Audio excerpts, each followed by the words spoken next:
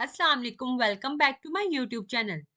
आज का हमारा टॉपिक है इंजेक्शन फॉर फ्रोजन शोल्डर। अब बहुत से शोल्डर पेन वाले पेशेंट्स को डॉक्टर जो है वो शोल्डर में इंजेक्शन लगवाना रिकमेंड करते हैं। आज हम डिस्कस करेंगे कि क्या शोल्डर में इंजेक्शन लगवाना चाहिए। अगर इंजेक्शन लगवाना चाहिए तो क्या इसके साइड इफेक्ट्स हैं और क्या बेनिफिट्स हैं।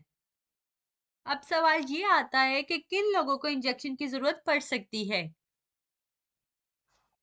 अब जिन लोगों को बहुत टाइम से जो है शोल्डर में पेन है, स्वेलिंग है, स्टिफनेस है और फिजियोथेरेपी से भी जो है वो रिलीफ नहीं मिल रहा, तो उन्हें शोल्डर में इंजेक्शन लगाया जाता है।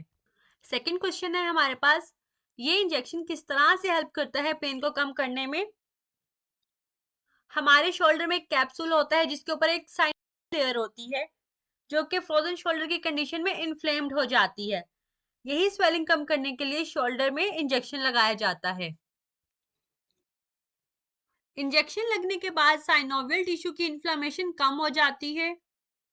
उसके बाद आप फ्रीली फिजियोथेरेपी कर सकते हो, मोबिलाइजेशन कर सकते हो, जिससे पेन कम होता है।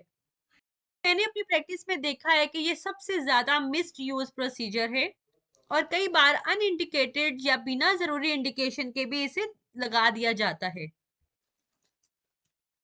अब सवाल ये है कि शोल्डर में इंजेक्शन कब लगाना चाहिए।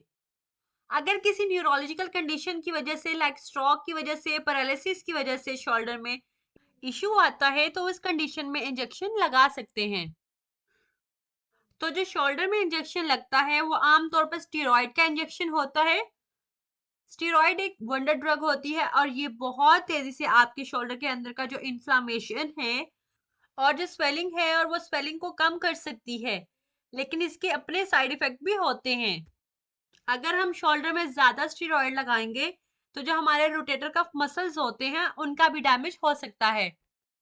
अगर इंजेक्शन को पूरी तरह स्टीराइल कंडीशन में नहीं लगाया जाता तो इसके कुछ और साइड इफेक्ट्स भी होते हैं, जैसे कि शोल्डर के अंदर इन्फेक्शन हो जाना। और अगर आप एक डायबिटिक पेशेंट हो, दूसरा आप स्टीरॉयड बहुत ज्यादा यूज करते हो, तो उस कंडीशन में आपकी जो ब्लड शुगर लेवल है वो एकदम से शूट अप कर सकती है। इसलिए हम स्टीरॉयड इंजेक्शंस को एक रूटीन प्रोसीजर की तरह नहीं देखते, इसे एक स्पेशलाइज्ड प्रोसीजर की तरह देखते हैं। और ये एक इमरजेंसी रिलीफ के लिए होता है, लेकिन शॉर्ट लास्टिंग रिलीफ वाले केसेस में भी हम लगा सकते हैं। याद रखने की बात ये है कि ये एक परमानेंट रिलीफ नहीं होता, ये रिलीफ टेम्परेरी रहता है और थोड़ा टाइम के लिए ही रिलीफ देता है। इसे हम लॉन्ग टर्म और बार बार लगाना रिकमेंड नहीं करते। कुछ बहुत लिमिटेड केसेस में फ्रोजन शोल्डर में लगाया जाता है, पर as a routine frozen shoulder में स्टीरॉयड इंजेक्शन नहीं लगाना चाहिए। और इसके साथ अगर आपको रोटेटर कफ मसल में इंजरी है या टेंडन में टियर है तो भी आपको स्टीरॉयड इंजेक्शन नहीं लगाना चाहिए। अगर आपकी कंडीशन ऐसी है कि कोई सर्जिकल इंटरवेंशन या प्रोसीजर नहीं किया जा सकता क्योंकि आपकी उम्र ज्यादा है या आपको कोमॉर्बिड कंडीशंस हैं कि आर्थोस्कोपिक प्रोसीजर नहीं किया जा सकता, तो उन कंडीशन में शोल्डर में इंजेक्शन लगाकर पेन को कम किया जा सकता है। होप्स हो आपके स्टीरॉयड इंजेक्शंस को लेकर डाउट क्लियर हो गए होंगे। अगर आपको इंजेक्शन लगवाना ही है तो आप एक क्वालिफाइड एक्सपर्ट आर्थोपेडिक सर्जन से इंजेक्शन लगवा सकते हैं। दूसरी बात, जब भी आप ये इंजेक्शन लगवाएं तो ऐसे इन्वायरमेंट में लगवाएं जो स्टीराइल हो और जहां पर साफ सफाई का खास ख्याल रखा जाए।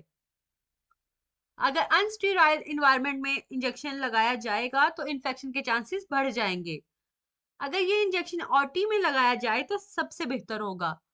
होप सो आपको ये वीडियो पसंद आई होगी। Thanks for watching and don't forget to subscribe my channel.